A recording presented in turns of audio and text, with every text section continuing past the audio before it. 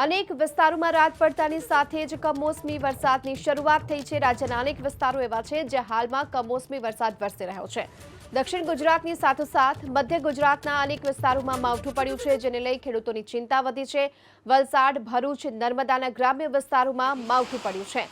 તો વડોદરાના ડભોઈ અને શિનોરમાં પણ વરસાદથી ખેડૂતો ચિંતિત બન્યા છે। હવામાન વિભાગની આગાહી મુજબ આજે રાજ્યના અનેક ભાગોમાં વરસાદ, છોટાઉદેપુરમાં પણ વરસાદી માહોલ જોવા મળ્યો છે। કમોસમી વરસાદથી હવે ઘઉં, ડાંગર અને કપાસ સહિતના પાકને નુકસાન જવાની ભીતિ છે।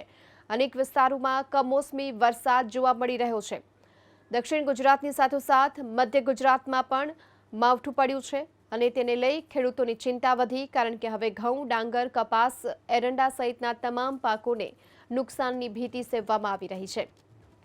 આ તરફ છોટાઉદેપુરના બોડેલીના ગ્રામ્ય વિસ્તારોમાં પણ વરસાદ નોંધાયો છે। વલસાડ, ભરૂચ અને નર્મદાના ગ્રામ્ય વિસ્તારોમાં પણ માવઠું પડ્યું। વડોદરાના ડભોઈ, શિનોરમાં પણ વરસાદથી ખેડૂતોની ચિંતા વધી છે। હવામાન વિભાગ મુજબ આજે વરસાદની આગાહી કરવામાં આવી હતી, જોકે આ સાથે જ હવે માવઠાથી ખેડૂતોની ચિંતા પણ વધી છે। તો બીજી તરફ વરસાદની આગાહીને જોતા પહેલેથી પ્રશાસન સતર્ક હતું અને ખેડૂતોને પોતાની જણસ માર્કેટિંગ યાર્ડમાં હોય તેને સુરક્ષિત સ્થળે લેવાની પણ સૂચના આપી હતી।